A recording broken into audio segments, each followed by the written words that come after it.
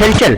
नमस्कार नीमच, मैं हूं आपके साथ महेश जैन। आप देख रहे हैं इस वक्त प्रदेश हलचल। प्रदेश हलचल के स्पेशल प्रोग्राम बहस मुद्दे में आप सभी दर्शकों का बहुत बहुत स्वागत है। आज हमारी बहस का मुद्दा है स्टूडियो में, वो है नीमच मंदसौर जिले में अवैध मादक पदार्थ की जो तस्करी है, इस पर अंकुश लगाने में पुलिस कहां तक सफल है। लगातार देखा जाता है कि कार्रवाइयों को लेकर पुलिस वाहवाही लूटती है, लेकिन ये कार्रवाइयां सिर्फ कोरियर बॉय तक सीमित दिखाई देती है। इसको लेकर हमारे स्टूडियो में आज बीजेपी और कांग्रेस के मेहमान उपस्थित हैं। साथ ही साथ कानून क्या कहता है, इसको लेकर एडवोकेट अमित जी शर्मा से भी मुलाकात कराएंगे आपकी। और पुलिस ने 37 क्विंटल अवैध डोरा चूड़ा की जो कार्रवाई करी, उसमें पुलिस की सफलता कहां तक सीमित रही, इस बहस मुद्दे में आज आपको पूरे मुद्दे पर बहस कर दिखाएंगे। और साथ ही आप इस खबर पर अपने कमेंट करना ना भूलिएगा।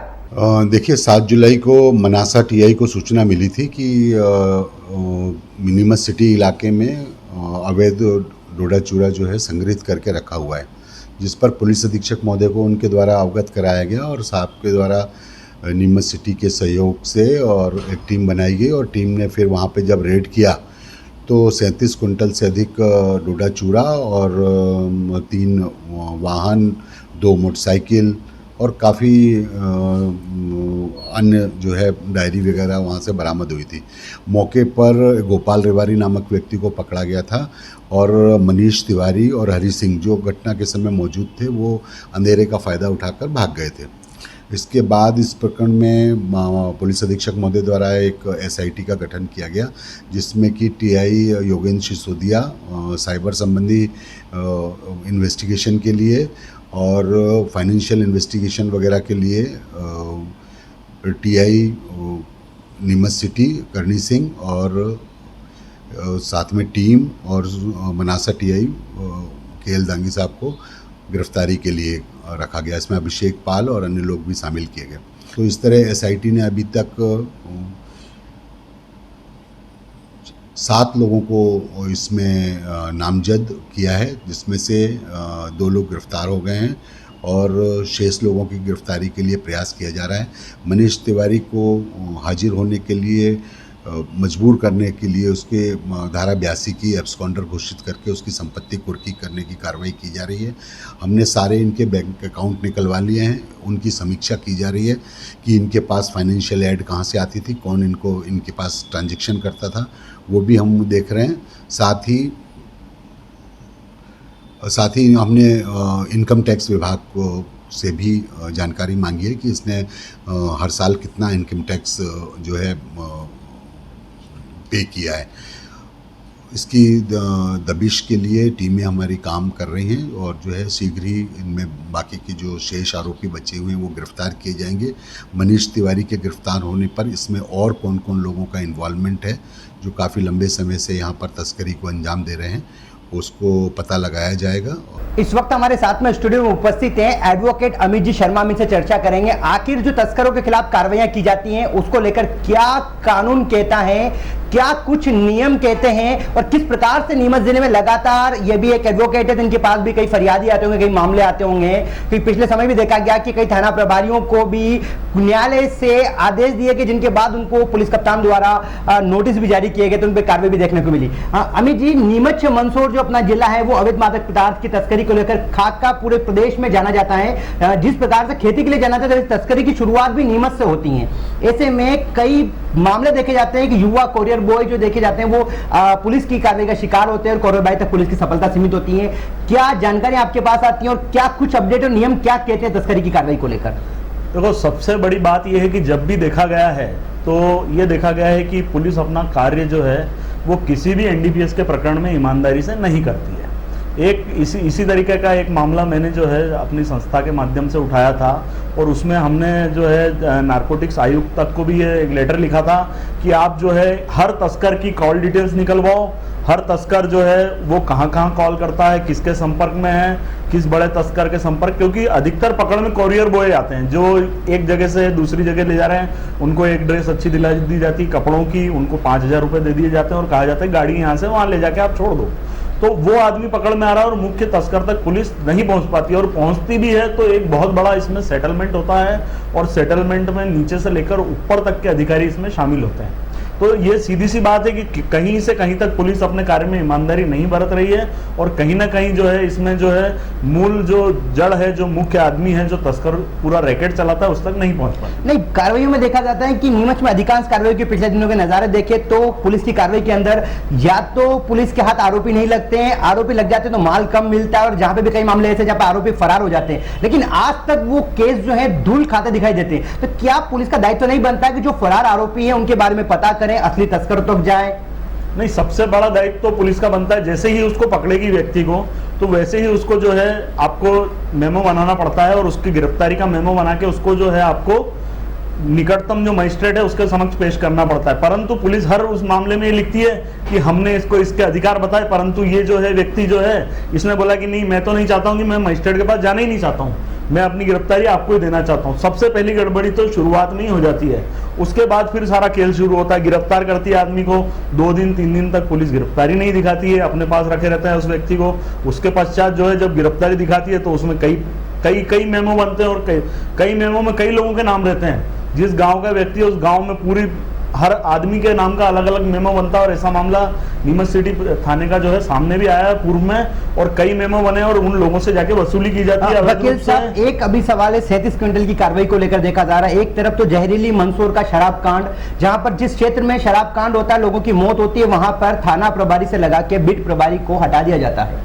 लेकिन नीमच में सिटी थाना क्षेत्र के अंदर बड़ा रैकेट तस्करी का चल रहा था, 37 क्विंटल अवैध डोला चूरा, और जांच में ये तक सामने आया कई महीनों से चल रहा था। ऐसे में क्या वहां का बिट प्रभारी और थाना प्रभारी नियमों के अनुसार क्या उनके खिलाफ जांच होनी थी, या फिर उनको एसआईटी टीम में लेना था? क्या कहता है कानून? ये तो जग जाहिर है कि बिना पुलिस की जुगलबंदी के या बिना पुलिस के समर्थन के इस प्रकार का गोदाम में कोई इतना माल भर ले और रख ले और वो कर ले, ऐसा हो नहीं सकता है।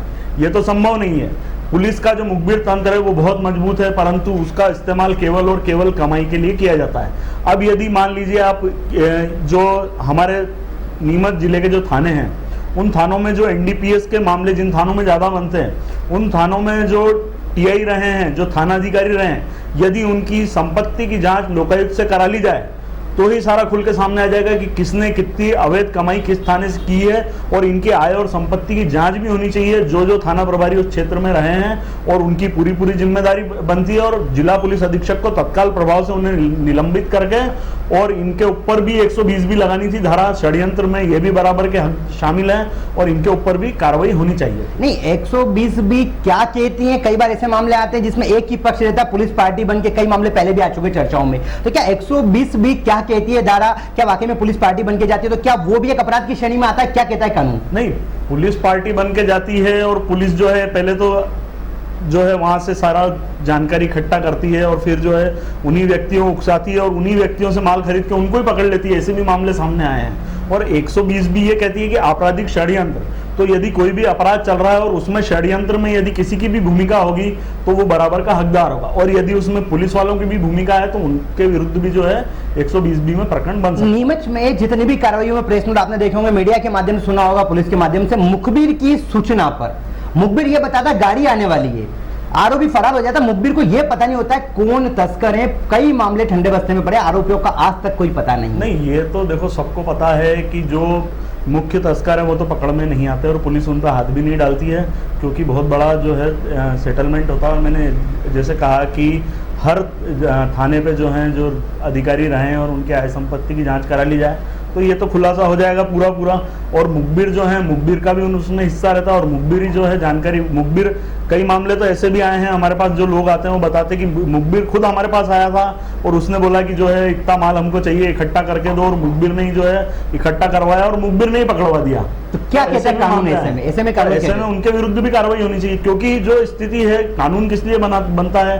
कानून इसलिए बनाया गया है कि किसी भी प्रकार से अपराध को होने से रोका जाए, अपराध पर लगाम लगाई जाए। परंतु नीमच जिले में खास करके देखने में आ रहा है कि अपराध पे कहीं से कहीं तक कोई लगाम नहीं लग रही है, और खुली तस्करी जो है अफीम और डोडा चूरा की हो रही है। और जो अभी कुछ समय पहले ऐसा भी मामला आया था कि पुलिस वाले गाड़ियां जो है पार लगा रहे हैं, पुलिस वाले उनके जो है वहाँ मौका बताते हैं कि यहाँ क्लियर है, यहाँ से गाड़ी ले जाओ। चित्तौड़गढ़ में भी अभी प्रकरण दर्ज हुए हैं पुलिस वालों के खिलाफ। तो ऐसे नीमच में भी कई मामले हैं जो पुलिस के ऊपर है, जो जिम्मेदारी है वो पुलिस नहीं निभा रही है, और पुलिस को जो है सख्त कार्रवाई करनी चाहिए। और जो मेन जो है, जहाँ जो जड़ है, जो तस्कर का रैकेट चला रहे हैं, जो बड़े तस्कर हैं, उनके खिलाफ कार्रवाई करें तो लगे कि पुलिस ने कार्रवाई की है। परंतु जो ये है कि छोटे मोटे जो कोरियर पर कार्रवाई कर जो है मामले पर रफा दफा कर देते हैं और वहां से अच्छा पैसा कमा लेते हैं, तो इनकी आय और संपत्ति की जांच भी लोकायुक्त द्वारा करवाई जानी चाहिए। एक चीज बताइए, जब कार्रवाई के लिए जाते हैं तो मौके पे किन किन नियमों का ध्यान रखना होता है, कानून क्या कहता है, पंचनामा कैसे बनाना होता है, क्या घटना स्थल पर ही साक्ष्यों के साइन करवाने होते हैं, क्या ऐसा जो प्रोसेस होते हैं कानून क्या कहता है और क्या उसका पालन किया जाता है पुलिस नहीं? द्वारा? जो पुलिस द्वारा साक्षी लिए जाते हैं वो तो उनके पॉकेट साक्षी होते हैं, वो तो कोर्ट में आके पलटते हैं। 90% मामलों में वो साक्षी पलट जाते हैं। परंतु एनडीपीएस का कानून इतना सख्त है कि इस कानून में जिसके पास से जो मादक पदार्थ जो मिला है उसको तो न्यायालय 99% केसों में सजा दे रहा है, परंतु सजा उनको हो रही है। फिर वही बात घूम फिर के वहीं आ रही है कि सजा किसको हो रही है? कोरियर बॉय को सजा हो रही है। मुख्य तस्करों को आरोपी क्यों नहीं बनाया जाता, ये सबसे बड़ा प्रश्न है। क्या लगता है तस्करी का जो कारोबार इस पे अंकुश लग पाएगा और कितने लोग बेगुनाह लोग या युवा लोग, कहते हैं युवा भी तस्करों के आंकड़े को उठा लिए जाए, लगभग 30 से लगा के 20 की उम्र के लोग जो है वही तस्करी के इस कारोबार में पुलिस की गिरफ्त में आते हैं।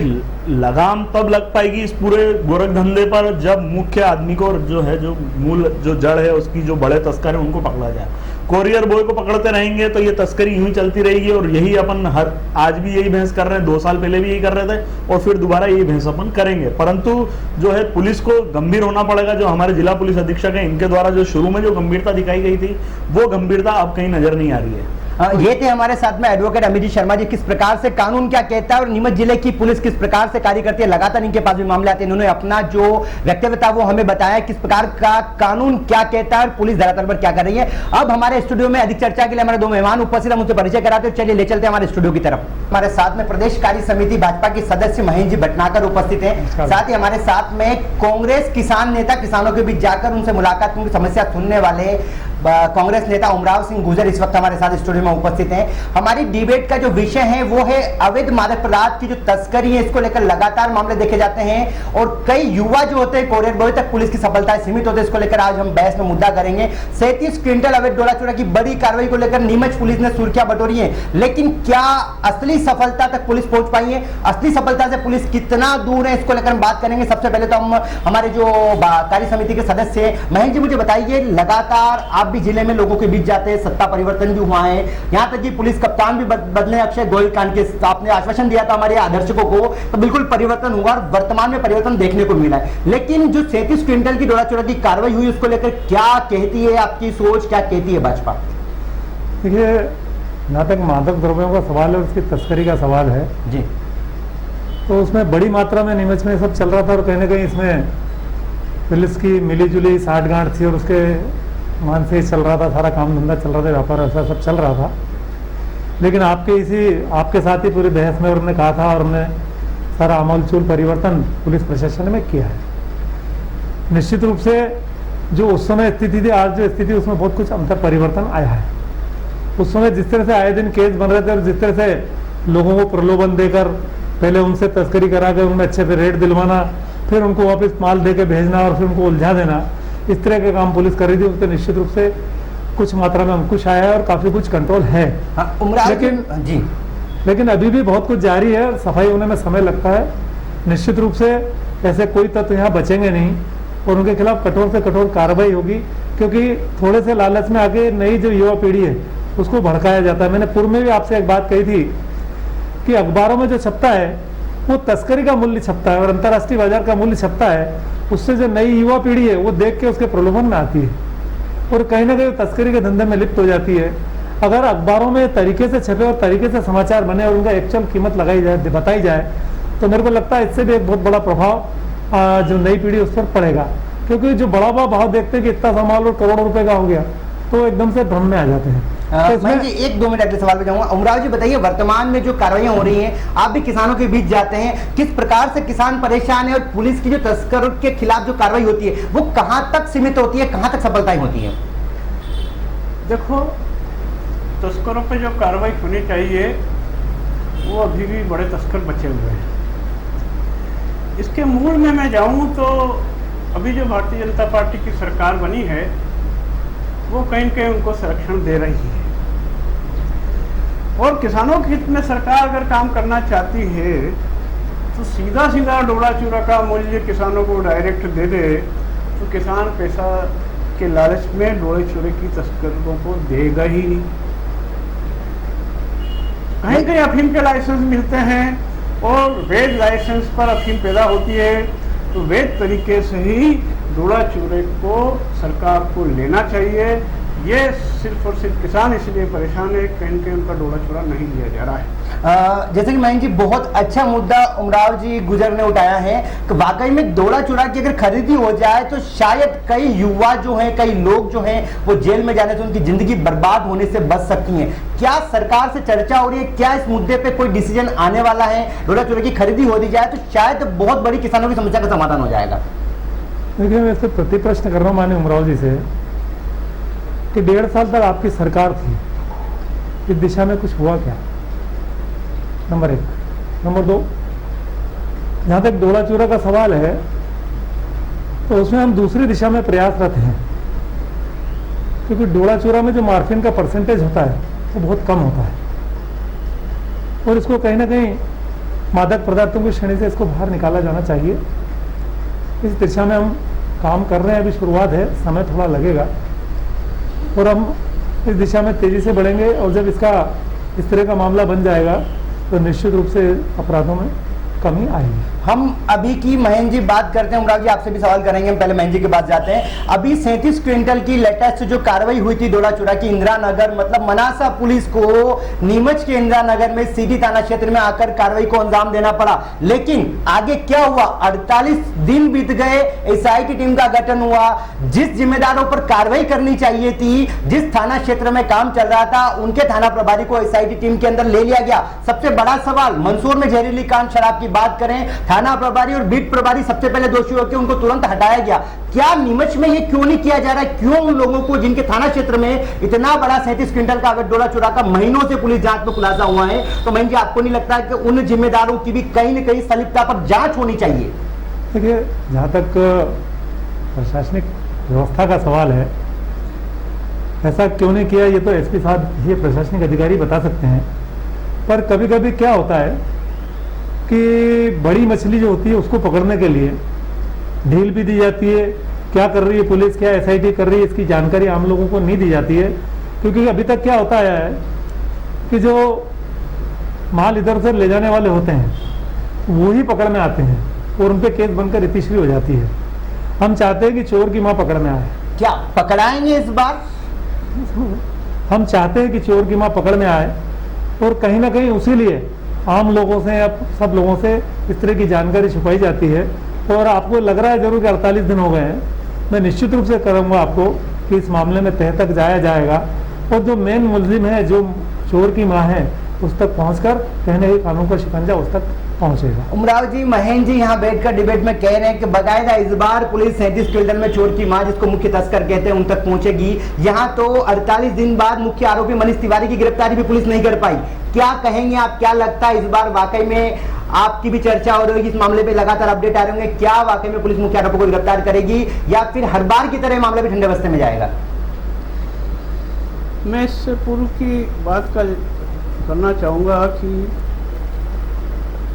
डोला चूरा उत्पादन जो किसान करते हैं और उसमें इस लाइन पर अगर काम हो रहा है कि डोला चूरा में नशा कम होता है और मार्फिन की मात्रा कम होती है, इसलिए इसको अवैध की जगह वैध किया जाए तो निश्चित रूप से किसानों के हित में बहुत बड़ा काम होगा। दूसरी बात, चाहे वो अफीम तस्करी हो या डोला चोरी तस्करी हो, इसमें बड़े बड़े अखबारों में छपता है, बड़ी न्यूज़ बनती है, कितना माल पकड़ में आया, लेकिन जो पकड़ में आता है माल और जो पकड़ में आते हैं लोग, अगर उनकी पता लगाया जाए कि उनकी क्या स्थिति है, उनकी संपत्ति की क्या स्थिति है, तो वो बेचारे गरीब लोग हैं जो कैरियर का काम करते हैं, जेलें भरी हुई है, उनकी संपत्ति की जांच करवा ले तो वास्तव में पता चल जाएगा ये तस्कर है या नहीं। और बड़े बड़े तस्कर खुलेआम घूम रहे हैं और कहीं कहीं सरकार नहीं। 37 क्विंटल पे क्या अपडेट है आपके पास? आपकी भी लगातार चर्चा हो, आपकी भी प्रेस नोट है। 37 क्विंटल में क्या लगता है पुलिस मुख्य आरोपी को गिरफ्तार नहीं कर पा रही 48 दिन बाद? क्या मनीष तिवारी इतना बड़ा तस्कर है या पुलिस उसके सामने कमजोर हो गई है? पुलिस ने यहाँ तक कि एसआईटी का गठन किया है और पुलिस इसमें तलाश कर रही है, लेकिन मैं जहाँ तक सोचता हूँ कहीं न कहीं बड़े नेताओं का संरक्षण के कारण पुलिस दबाव में है और बड़े तस्करों को गिरफ्तार नहीं कर रही है। नहीं तो पुलिस के हाथ बड़े लंबे होते हैं, निश्चित रूप से अभी तक तस्करों को पकड़ सकती थी, कहीं न कहीं दबाव में आकर उनको तस्करों को नहीं पकड़ रही है। और आम जनता ये चाहती है कि बड़े तस्करों के ऊपर लगाम कसे और अवैध व्यापार यहाँ से बंद हो, और ये अवैध पैसा जो आ रहा है बड़े बड़े तस्करों का, ये बड़ा दुरुपयोग इस शहर में और आसपास हो रहा है। इससे भविष्य में हथियारों की तस्करी बढ़ेगी, भविष्य में गुंडागिर्दी बढ़ेगी, भविष्य में आम लोगों का जीना दुश्वार होगा। ऐसी स्थिति में बड़े तस्करों को पकड़ना बहुत ही आवश्यक है और ये सरकार का काम है। कहीं कहीं सरकार के संरक्षण के कारण उनको नहीं पकड़ा जा रहा। महेंद्र जी सीधे नेताओं पर आरोप लगा दिए हैं, सत्ताधारी नेताओं पर, उनके संरक्षण में क्या कहेंगे? उमराव जी के आरोप हैं, आपका क्या कहना है? देखिए, मैं कांग्रेस की बात करूँ, व्यक्तिगत उमराव जी की नहीं कर रहा हूँ जी। कांग्रेस के पास इसके अलावा कुछ बचा नहीं है। आरोप लगाना बड़ा आसान है, आरोप को साबित करें। हमने पूर्व में भी आपके सामने बहस में कहा था, वो काम हुआ। और आज मैं दावे के साथ कह रहा हूं कि कोई बड़ी मछली बचने वाली नहीं है, चाहे कोई कितना बड़ा अपराधी हो, उसकी कितनी राजनीतिक अप्रोच हो, कितना ही बड़ा अपराधी हो, भारतीय जनता पार्टी के शासनकाल में वो नहीं बचेगा। नहीं, राजनीतिक संरक्षण की जो बात वही बोल रहा हूँ मैं। जहाँ तक समय की बात है, समय हर चीज में लगता है, समय पे परिणाम सही आता है और सही काम भी होता है। कोई लेखुना न छूटे, वो सही तरीके से फंसा जाए, निश्चित रूप से अपराधी कोई भी वो पकड़ में आएगा। भारतीय जनता पार्टी ना तो अपराधियों को संरक्षण देती है, ना भारतीय जनता पार्टी अपराधियों को कोई प्रेफरेंस देती है, ना अपने साथ रखती है। भारतीय जनता पार्टी अपराधियों के साथ नहीं है, चाहे वो कोई भी हो। लेकिन महेंद्र जी, पूरे घटनाक्रम में एक बात मैं जानना चाहूंगा, पहले उमराव जी से पूछूंगा। उमराव जी, जिस थाना क्षेत्र में ये बड़ा कारोबार चल रहा था, क्या संबंधित थाना प्रभारी, बीट प्रभारी इस चीज के लिए जवाबदार नहीं है? उसे किस चीज के लिए क्षेत्र में रखा गया, इसको लेकर क्या कहेंगे? क्या सिटी पुलिस की कार्यप्रणाली आपको क्या लगती है? निश्चित रूप से नीमच सिटी पुलिस की जिम्मेदारी थी कि उस क्षेत्र में अवैध तस्करी हो रही थी तो उनको समय रहते पकड़ना था। बाहर के थाने के आके पुलिस ने वहाँ पर कार्रवाई की, तो कहीं न कहीं सिटी पुलिस की कमजोरी है। क्या कहेंगे महेंद्र जी, वाकई में आप क्या सोचते हैं? क्या जिस थाना क्षेत्र में जिस आदमी को इस चीज की कमान कप्तान बनाया गया, उसको गया सिटी थाना क्षेत्र में आपको संभालना है, बीट प्रभारी होता है, मंसूर में फिर ऐसा क्यों कि जहरीली शराब कांड में चौकी प्रभारी और थाना प्रभारी, बीट प्रभारी दोषी होते हटाया गया, लेकिन नीमच में उल्टा इनाम एसआईटी टीम में साहब को लिया गया? ज्यादा इनाम वाली कोई बात नहीं है। जांच तो उनके खिलाफ भी होना चाहिए ना। सुनो, बात तो सुनो। कभी कभी कुछ परिस्थितियों में एक कदम पीछे हटकर और एक कदम आगे भी जाना पड़ता है। इस पे अपन ये कहते हैं कि इनाम मिल गया, ऐसा इनाम नहीं है। जो संलिप्त उस धंधे में, चाहे पुलिस का कोई अधिकारी हो, चाहे कोई राजनीतिक व्यक्ति हो, या कोई शहर का प्रभावशाली व्यक्ति हो, कोई बचने वाला नहीं है। और जहां तक पुलिस प्रशासन का सवाल है, उस बीट के प्रभारी का सवाल है, निश्चित रूप से उसके क्षेत्र में क्या हो रहा है उसकी तो चारों आंखें खुली रहनी चाहिए। कहाँ क्या चीज़ घट रही है, किस तरह का क्या घटनाक्रम हो रहा है, ये निश्चित रूप से उसके ध्यान में होना चाहिए। कहीं ना कहीं मैं यहाँ उसकी गलती में स्वीकार करता हूँ। उनके खिलाफ जांच तक नहीं होती, सबसे बड़ा सवाल ये होता है। और जिनके खिलाफ जांच होके दूसरे थाना को जाना चाहिए, एसआईटी टीम में उनको खुद को लिया जाता है, हमारा सबसे बड़ा। और फिर 48 दिन बाद महेंद्र जी आरोपी की गिरफ्तारी न होना एसआईटी टीम पे भी सवाल खड़े करती है। मैंने आपको एक चीज बताई कि कभी कभी किसी चीज में 2 कदम पीछे लेकर 1 कदम आगे लेना पड़ता है। ये पुलिस की प्रशासन की रणनीति का एक हिस्सा हो सकता है। और मैं दावे के साथ कह रहा हूँ, और आपसे पहले भी कहा कि चाहे वो कोई अधिकारी हो, कोई बीट प्रभारी हो, कोई कांस्टेबल हो, कोई हेड कांस्टेबल हो, कोई बड़ा अधिकारी हो, कोई बड़ा नेता हो, कोई भी इसमें बचने वाला नहीं है। जो जो इसमें संलिप्त हैं उन सबको पुलिस गिरफ्तार करेगी, उनके खिलाफ अपराधी मुकदमा कायम करेगी, चाहे वो कोई भी हो। भारतीय जनता पार्टी के शासनकाल में कोई अपराधी बचने वाला नहीं है। अगले मुद्दे पे मैं बात करता हूं, जहां पर तस्करी के मामलों पर अगर आंकड़ों पर निगाह डाली जाए, जिस थाना क्षेत्र में 37 क्विंटल का अवैध डोला चूरा का कारोबार, उसके जो थाना प्रभारी उनके लगातार 3 मामले हो चुके हैं जहां पर बड़ी मात्रा में डोला चूरा पकड़ा जाता है, लेकिन आरोपी मौके से फरार हो जाते हैं। आज तक उन आरोपियों का पता नहीं लग पाया। उमराव सिंह जी क्या कहेंगे इसको लेकर? आखिर क्यों हर बार आरोपी एक बार होते हैं, 2 बार होते हैं, 3-3 मामले, पिकअप वाहन, बल्क मात्रा में डोला चूरा, आरोपी फरार, लेकिन आज तक उन आरोपियों का पता नहीं है। क्या कहेंगे पुलिस की कार्यप्रणाली को लेकर? मैं तो आज धन्यवाद देना चाहूँगा प्रदेश हलचल को कि बहुत अच्छा मुद्दा आज उठाया इस क्षेत्र के लिए, और निश्चित रूप से ये कहीं न कहीं प्रश्न चिन्ह उठता है इस सरकार में कि कई बार डोला चूरा पकड़ में आता है और वो उस वाहन को, उसके जो काम करने वाले वो भग जाते हैं, भगा दिए जाते हैं, हमको नहीं मालूम, लेकिन वो डोला चूरा लावारिस में जब्त किया जाता है, उसके बाद वो कार्रवाइयाँ रुक जाती है। तो मैं ही नहीं, पूरा क्षेत्र इंतजार कर रहा है। महेंद्र भाई ने कहा है यदि सरकार में हैं तो कितने दिनों में मुख्य तस्करों तक पहुंच जाएगी मनीष तिवारी से लगा के जो तस्कर इसमें शामिल है।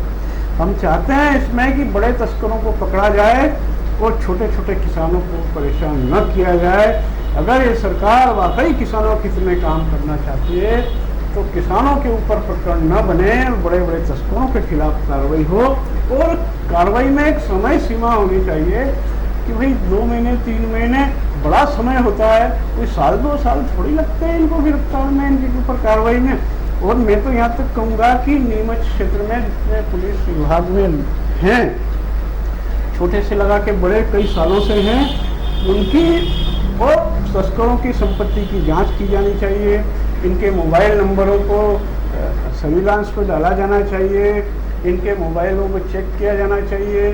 और आजकल तो आधुनिक तरीके से आपस में बातें करते हैं, कहीं कहीं संलिप्तता है और अधिकारियों को भी गुमराह किया जा रहा है, और अधिकारियों के नॉलेज में भी नहीं है इस तरह की संलिप्तता पुलिसकर्मियों की कहीं कहीं तस्करों के साथ। महेंद्र जी, जैसा कि उमराव भाई साहब ने कहा है, जनता भी ये सवाल पूछना चाहती है। इस मामले की 37 क्विंटल की अगर बात छोड़ दी जाए, पुराने आंकड़े लगातार आपके संपर्क में कई किसान भी आते होंगे, कई लोग भी आते होंगे, कई फरियादी भी आते होंगे, क्योंकि लगातार आपने इन मामलों को उठाया है, लोगों को आश्वासन भी दिया है और जांच में नतीजे भी मिले हैं। लेकिन पुराने आंकड़े की बात करें तो आरोपी फरार होने के बाद एक ही थाना क्षेत्र सिटी की बात करते 3 लगातार मामले, पिकअप वाहन, बल्क मात्रा में डोला चूरा, आरोपी फरार होता है, ठीक है। उसके बाद आज तक वो मामला ठंडे बस्ते में, पुलिस कभी उस मामले का जिक्र नहीं करती है, कभी उस आरोपी का पता नहीं लगा पाती। क्या पुलिस इतनी कमजोर हो गई है, या फिर अक्षय गोयल कांड इस मामले का ताजा उदाहरण है कि नीमच पुलिस की कार्यप्रणाली किस प्रकार की थी, क्या आज भी वैसी है? देखिए, उमराव जी की बात से सहमत हूँ कि किसानों को मुकदमे नहीं बनने चाहिए, बड़े मुलजिम हैं, जो चोर की माँ है वो पकड़ में आनी चाहिए। जो 1.5 साल की सरकार कांग्रेस की रही, उसमें और अभी की सरकार में आप तुलना कर लें, मुकदमे किसमें ज़्यादा बने? उसमें इतने डोला चोरा के मामले बने हैं और उसमें इतने लोग फरार हुए, 1.5 साल में एक भी नहीं पकड़ पाया, एक मुलजिम नहीं पकड़ में आया। देखिए, जो पुलिस के पास कोई जादू का डंडा नहीं है, तो डंडा घुमा और मालूम पड़ जाए और अपराधी पकड़ रहा है। इसको कांग्रेस भाजपा से जोड़ना गलत होगा। नहीं, मेरी बात सुनिए, ये मुद्दा सबको मिलकर इसके लिए लड़ना होगा। हम जनता की बात करें, मैं जनता पे आ रहा हूँ। सरकार कहीं ना कहीं ये लड़ाई सरकार में भी जागरूकता, या कांग्रेस हो, बात वहां नहीं आती, बात पिसता किसान है। मैं वही कह रहा हूं, मैं आपसे उसी बात पे आ रहा हूं कि जनता की लड़ाई सबको मिलकर लड़ना पड़ेगी। जनता को भी जागरूक होना पड़ेगा। जो जनता मौके पे बयान नहीं देती, पब्लिक इधर से उधर चली जाती है, मौके पे जो खड़े रहते हैं वो लोग दाएं बाएं हो जाते हैं, बड़े लोगों के दबाव में आके बयान नहीं देते, आगे आकर उसका फायदा मुलजिम उठाते हैं। आज हम छोटा सा बात कर उदाहरण, मैं जो कह रहा हूं मेरी बात सुन लें आप, कि उसका फायदा पूरी तरह से मुलजिम को मिलता है। पुलिस भी कैसे पता लगाती है, अपने जो मुखबिर रहते हैं उनके थ्रू पता लगा कर उन तक पहुंचती है। पुलिस को पता पड़ी कि इस गाड़ी में माल जा रहा है कि इस गाड़ी में नहीं जा रहा है, कहीं ना कहीं उनके मुखबिर जो गुप्तचर रहता है उसके तरह से मालूम पड़ता है। तो कहीं ना कहीं गुप्तचर लगे और उससे मालूम पड़ रहा है धीरे धीरे मामला पकड़ में आएगा। और मैं दावे से कह रहा हूँ, आज भी आप जेलों में चले जाओ, कोई तो हरियाणा का है, कोई कहाँ का है, कोई कहाँ का है, ये लोग गिरफ्तार है। लेकिन तस्करी यहाँ से होती है, यहाँ तो लेके मेरा कहना है तो वो पकड़ में आए ना, आखिर हरियाणा जाके भी अपराधियों को लाइए ना, कहीं और भी जाके लाइए। होती है तस्करी की। तो शुरू मैं ये तो कह रहा हूँ, उनसे तो पता चलता है, उनसे पता चलता है कि आपने कहाँ से लिया और लिंक बनती है। सुना, मैं यही बता रहा हूँ, उससे लिंक चलती है कि उसके पास है, फिर कहीं ना कहीं बड़े नेताओं के फोन जाते हैं, जो मैं आपको बता रहा हूँ, बताने जा रहा हूँ, फिर बड़े नेताओं के फोन आते हैं, फिर उन पर मामला दबता है। तो ऐसा यहाँ होता है। और मैं दावे के साथ कह रहा हूँ कि भारतीय जनता पार्टी में सब कुछ नहीं होगा और एक एक की कलाई खुल के सामने आएगी और जनता भी जानती है, जनता देख भी रही है कि किस शासनकाल में ज्यादा मामले बनते हैं, किस शासनकाल में एकदम कम हो जाते हैं, किस शासन में अपराधी खूब से घर जाके बैठ जाता है। अभी नीमच में पुलिस कप्तान के आने के बाद से देखा जा रहा है कि जैसे अक्षय गोयल कांड हुआ था, अचानक से जो कार्रवाइयां थी उनमें बदलाव आया। कहीं न कहीं पुलिस कप्तान के सख्त रवैये के चलते पुलिस की पारदर्शी कार्रवाइयां देखी गई। पार्टी बनकर जो केस करते थे एनडीपीएस, जो मामले करते थे तोड़ बट्टे, तो उन पर अंकुश लगा। लेकिन सिर्फ 2 थाना क्षेत्र ऐसे हैं जिसमें बात करें मनासा थाना पुलिस जो है लगातार एनडीपीएस की कार्रवाई को अंजाम दे रही है। महेंद्र जी और उमराव जी गुजर आपको बताना चाहूंगा मैं, लेकिन नया गांव पुलिस भी लगातार कार्रवाई को अंजाम दे रही है। लेकिन ऐसे एनडीपीएस के खिलाड़ी जो लगातार अपने आप को एनडीपीएस स्पेशलिस्ट कहते थे, पारियां खेलते थे, आज उन थाना क्षेत्रों में क्या तस्करी नहीं हो रही है? क्या 2 ही थाना क्षेत्र में तस्करी हो रही है या फिर वहां वाहन निकलवाने का खेल शुरू हो गया? क्या कहेंगे उमराव जी भाई साहब? निश्चित रूप से ये पूरा जिला डोड़ा चोरा का उत्पादन का जिला है और यहाँ पर नए पुलिस कप्तान आने के बाद पूर्व में जो कार्रवाई हो रही थी गलत, उसमें निश्चित रूप से सुधार हुआ है, अंकुश लगा है। लेकिन अभी भी आवश्यकता है बहुत, क्योंकि पुलिस कप्तान हर थाने में उपस्थित नहीं हो सकता है। वहाँ की पुलिस की जिम्मेदारी है कि ये सब काम ईमानदारी से करें और अधिकारियों को सही चीज़ से अवगत कराएं। कई पुलिसकर्मी ड्यूटी पर ही नहीं होते हैं और अपने अपने कार्रवाइयों को अंजाम देते हैं, सिविल ड्रेस में घूम के अलग अलग तरीके से। कहीं न कहीं इसे काम में तस्करों को संरक्षण मिलता है तो ही कहीं न कहीं ये डोड़ा चोरे की तस्करी हो रही है। इस पर अंकुश लगाया जाना चाहिए और किसानों को अपना हक और अधिकार मिलना चाहिए, इस बात की नहीं यहाँ पे। महेंद्र जी क्या कहेंगे, अचानक कार्रवाइयां जिन थाना क्षेत्रों में, क्या आप भी मानते हैं 2 ही थाना क्षेत्र में तस्करी हो रही, या फिर अचानक जो एनडीपीएस की पारियां खेलते थे थाना प्रभारी, चौकी प्रभारी, जिन थाना क्षेत्रों में दर्जनों कार्रवाइयां देखने को मिलती थी, आज उन थाना क्षेत्रों में सन्नाटा बसरा हुआ है? क्या ऐसा तो नहीं कहीं जो कप्तान का सख्त रवैया है, अक्षय गोयल कांड पर अंकुश लगाने का आपकी सरकार ने प्रयास करा, आपने आश्वासन दिया, ऐसा तो नहीं पुलिसकर्मी जो थे उनकी भी कार्रवाइयां संदिग्ध थी इसलिए वो साइलेंट मोड में चले गए? देखिए, मैं आपकी बात का, आपने जो प्रश्न किया है आपकी बात में उसका जवाब छिपा है जी। माननीय उमराव जी ने भी इस बात को स्वीकार किया कि नए कप्तान आने के बाद इन चीजों पे अंकुश लगा है। निश्चित रूप से अपराधों में कमी आई और निश्चित रूप से अपराधों में कहीं ना कहीं रोकथाम हुई है और हमारे पुलिस कप्तान निश्चित रूप से कड़क हैं और किसी को बख्शने वाले नहीं हैं। उनको पूरी छूट है, ना उनके ऊपर कोई प्रेशर चलता है ना कोई दूसरा दबाव चलता है। उनको पूरा काम खुलकर करने की आज़ादी है और वो खुलकर काम कर रहे हैं और उसी का परिणाम है कि अपराधों में कमी आई है। और आगे आने वाले समय में देखेंगे जो अपराध हैं ये भी बंद हो जाएंगे। और जिन थाना क्षेत्रों की आप बात कर रहे हैं कि लगातार होते थे, उसमें पुलिस द्वारा मिलकर मुकदमे बनाए जाते थे, इसलिए वो तो ऐसा लगता था कि बहुत ज्यादा अपराध हो रहे हैं। लेकिन सख्त रवैये के कारण वो अपराधों में कहीं ना कहीं कमी आई है तो लोग उससे, अपराधी यहाँ से दूर हटकर भागे। नहीं, कमी नहीं, फिर आपके सवाल को मैं घुमाना चाहूंगा, कमी इसलिए आई है क्योंकि कार्रवाइयां कम हो गई हैं सिर्फ 2 थाना क्षेत्रों में। मतलब तस्करी, क्या आप मानते तस्करी खत्म हो गई? उमराव जी क्या कहते हैं, तस्करी खत्म हो चुकी है? खत्म होने की बात नहीं कही है मैंने, तस्करी कोई खत्म होने की बात नहीं कही, आप गलत बोल रहे हैं। कार्रवाइयां खत्म, मैंने कहा कि कहीं ना कहीं कमी आई है और आप खुद देख रहे हो अपराधों को 1.5 साल का पीरियड, पार्टी परंपरा थी, तो मैं यही कह रहा हूँ, जनता भी यही कह रहा हूँ कि अपराध में कमी आई है। और बहुत इन कप्तान, आप ये बताइए 1.5 साल में जो मामले बन रहे थे उतने मामले भी बने क्या? पार्टी बन तो के नहीं इसका मतलब क्या है? इसका मतलब ये ना कहने में अपराधों में कमी आई है, अपराधों में कमी आई, लेकिन जिन 2 थाना क्षेत्र में तस्करी हो रही है, अरे दादा कमी आई ना अपराधों में, आप स्वीकार कर रहे हो तो मैं भी तो ये बात बोल रहा हूँ कि अपराधों में कमी आई है। तो पुलिस कप्तान का सब नहीं लगा, तस्करी पे अंकुश तो लगाई है ना, जब तो ये काम हो रहा है। अगर अंकुश नहीं लगाता यहाँ पे बाहर पकड़ा रहे, आदमी ये क्षेत्र छोड़ के दूसरे क्षेत्र में जा रहा है, वहां पे भी अंकुश लगेगा। देखो पुलिस कप्तान ने काम करा है, काम करना चालू किया तो निश्चित रूप से दिशा में तेजी से बढ़ रहे हैं।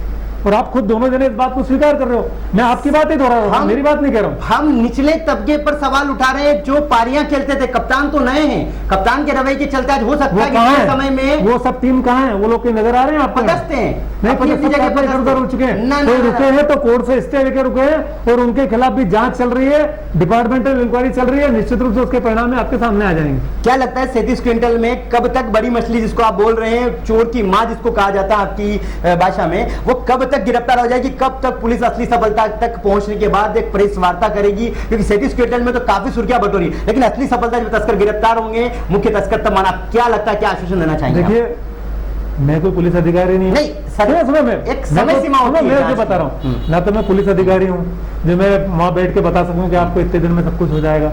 इसका जवाब आपको पुलिस अधीक्षक ही सही रूप से दे सकते हैं। नहीं, कहीं फिर पुराने मामलों की तरह ठंडे बस्ते तो नहीं देखने को मिलेंगे इस बार? पिछली बार भी आपके साथ बहस में बैठा था। हाँ, उसके परिणाम मिले, हम मानते हैं, धन्यवाद दिया। तो निश्चित रूप से मान के चलना कि इसमें भी परिणाम सार्थक ही मिलेगा। अब हम सबसे अहम मुद्दा बात करते हैं जो लगातार कई बार सोशल मीडिया में भी दिखाई देता है।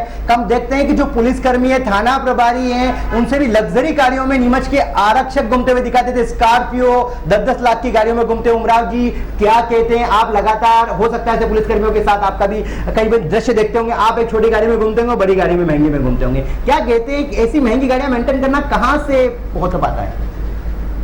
बहुत ही अहम प्रश्न आपने किया है। प्रदेश संचल के माध्यम से मैं ये कहना चाहता हूँ कि कहीं न कहीं हमारे महेंद्र भाई संगठन में काम करते हैं, भारतीय जनता पार्टी में, अच्छी बात है, लेकिन कहीं न कहीं जनप्रतिनिधियों की जिम्मेदारियाँ ज़्यादा है, क्योंकि वो विधानसभा और लोकसभा में बैठते हैं और मुख्यमंत्री से उनकी डायरेक्ट है। ऐसी स्थिति में उनको किसान हित में काम करते हुए सबसे पहले तो डोरे चूरे की तस्करी न हो, डोरे चूरे की मूल्य किसानों को मिल जाए, ये काम उनको करना चाहिए। ये किसानों की आवाज़ है, जनता की आवाज़ है। रहा सवाल यहाँ के जिले के पुलिस विभाग के कर्मियों की, निश्चित रूप से मैं कहता हूँ कि पूरे नीमच क्षेत्र के लोग जानते हैं उनको किस तरह से अवैध संपत्ति अर्जित की है। बड़े बड़े मकान हैं, प्लाट हैं, ज़मीनें हैं, गाड़ियां हैं, इनकी अवैध संपत्ति की अगर जानकारी ली जाए और दूसरों के नाम पर ले रखी है, मोबाइल दूसरों के नाम पर ले रखे हैं, एक के पास 4-4, 5-5 मोबाइल होते हैं, ऐसे लोगों के ऊपर सीधी कार्रवाई की जानी चाहिए, ताकि जनता को और किसानों को ये मालूम पड़े कि वास्तव में सरकार तस्करों के खिलाफ कार्रवाई कर रही है और यहाँ के जनप्रतिनिधि जागरूक है। ये दिखना भी तो चाहिए। जैसे कि महेंद्र जी भाई साहब, अभी मेन मुद्दा शिवराज सिंह चौहान ने भी अधिकारियों की संपत्ति के जांच के निर्देश दिए, ऐसी चर्चाएं समाचारों में चल रही थी। और नीमच की तस्वीरें तो आपसे भी छुपी हुई, कई बार आपके सामने भी कुछ पुलिसकर्मी आते होंगे, आरक्षक देखते हैं तो लग्जरी कार स्कॉर्पियो लेके आ जाता है। कई सवाल खड़े होते हैं कि इतनी महंगी कारें मेंटेन करना, मतलब आप भी शायद हो गए, आपसे भी महंगी कार उनके पास मिल जाएगी। ये नजारे देखे होंगे, आप स्वीकार करते होंगे, पहले तो बताइए होता कि नहीं होता ऐसा नजारे? निश्चित रूप से है। तो क्या लगता है, क्या उनकी जांच नहीं होनी चाहिए? बिल्कुल, मैं आपकी इस बात का समर्थन करता हूं कि इस तरह के जो कर्मचारी हैं, जो आय से अधिक संपत्ति जिनके पास दिखाई देती है, उनकी कहीं ना कहीं जांच होनी चाहिए। और एक प्रतिपक्ष में भाई उमराव जी से भी करता हूँ जी कि आपकी सरकार रही, आप सरकार में बहुत मजबूत कहे जाते थे, कमलनाथ जी के बिल्कुल राइट हैंड कहे जाते थे, और हम मानते भी हैं आपको कि आपने जनता के हित के काम भी किए, लेकिन इस दिशा में आपने भी 1.5 साल में कोई काम नहीं किया। उमराव जी, आप पे भी सवाल खड़ा होता है इस पे, कहीं ना कहीं प्रश्न आप पे भी आता है कि ये कोई आज से नहीं घूम रहे, सालों से चला आ रहा है। हाँ। तो और मैंने पूर्व में भी ये बात उठाई थी और इस तरह की मांग भी आपके माध्यम से करी थी, और आज फिर मैं मांग आपके माध्यम से भी कर रहा हूँ, और मेरे को जहाँ संगठन में बात करनी वहाँ करूँगा कि इस तरह के जो लोग हैं, जो दिखाई दे रहा है, उनकी ना कई संपत्तियों की जांच होनी चाहिए, उनके मोबाइलों की जांच होनी चाहिए, और कहाँ जाते हैं कहाँ आते हैं, उनकी जो गतिविधियाँ चल रही हैं उन पर बारीकी से निगाह रखकर उनके कार्रवाई को अंजाम दिया जाना चाहिए कि कहाँ से इतनी अकूत संपत्ति उन लोगों ने हासिल करी है। भारतीय जनता पार्टी ऐसे लोगों को संरक्षण नहीं देती है। और एक बात बार बार उमराव जी के द्वारा कही जा रही है कि किसानों के हित की बात, किसानों के हित में भारतीय जनता पार्टी लगातार काम करती आ रही है, और उसी बिना पर भारतीय जनता पार्टी प्रदेश में और देश पर राज कर रही है। किसानों के हित में लगातार वो काम करती आई है और किसानों को स्तर ऊंचा उठाने का काम भारतीय जनता पार्टी की सरकार ने ही किया। तो उमदा किसान जी क्या कहेंगे? महेंद्र जी भाई साहब ने कहा ये सवाल तो जनता के मन में भी है, सरकारें बदली, भाजपा हो चाहे हो, लेकिन किसान हमेशा परेशान होता है, चाहे तस्करी का मामला हो चाहे कोई और मामला हो। तस्करी के मामले पर जो सवाल आपने उठाए उन पे आपकी सरकार ने क्या किया? उन्होंने भी कदम नहीं उठाए, कहेंगे दोषी आप भी हैं जनता के। महेंद्र भाई की बात से मैं बिल्कुल सहमत हूँ कि 15 महीने की सरकार ने इनके ऊपर क्या कार्रवाई की। कार्रवाइयाँ तो हुई हैं, लेकिन जो कार्रवाइयाँ और होनी चाहिए थी, 5 साल सरकार चलती तो निश्चित रूप से बहुत कार्रवाइयाँ होती। लेकिन मैं पूछना चाहता हूँ कि 15 महीने की सरकार के ऊपर प्रश्न उठाने से पहले उनको 15 साल जो सरकार चली है उनने क्या कार्रवाई की उनके ऊपर, या आगे क्या करने जा रही है सरकार, इस पर सबसे बड़ा प्रश्न चिन्ह खड़ा होता है। निश्चित रूप से कांग्रेस की सरकार जब रही तब पशुपतिनाथ की जमीन हड़प करने वाले 400-450 करोड़ की जमीन निकाल कर वो ट्रस्ट को दिलवाई, कमलनाथ जी ने दिलवाई। यहाँ पर बड़े बड़े जो है मिलावटखोरों के खिलाफ कमलनाथ जी की सरकार ने काम किया है।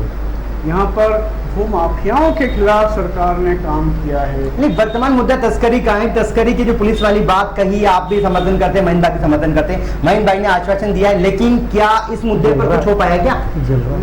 मैं निश्चित रूप से इस बात को मानता हूँ कि जो ठोस कार्रवाइयाँ होनी चाहिए थी वो हो नहीं पाई। वो शुरुआत हुई थी उनके खिलाफ कार्रवाई करने की और सरकार चली गई। तो आने वाली सरकार को प्रश्न उठाने से पहले उन पर कार्रवाई करके दिखाना चाहिए कि हमने की, आप नहीं कर पाए। ठीक है, चलिए आज की डिबेट में फिलहाल इतना ही, फिर मुलाकात होगी अगली डिबेट में। हालांकि हमारे महेंद्र जी भाई साहब ने पूरा आश्वासन दिया है कि इसमें जल्दी नतीजे देखने को मिलेंगे और पुलिस की जो जांच है उसमें असली तस्कर जो गिरफ्तार होंगे। धन्यवाद आप सभी का और हमारे मेहमानों का भी धन्यवाद जिन्होंने इस डिबेट में जनता के लिए अहम समय दिया।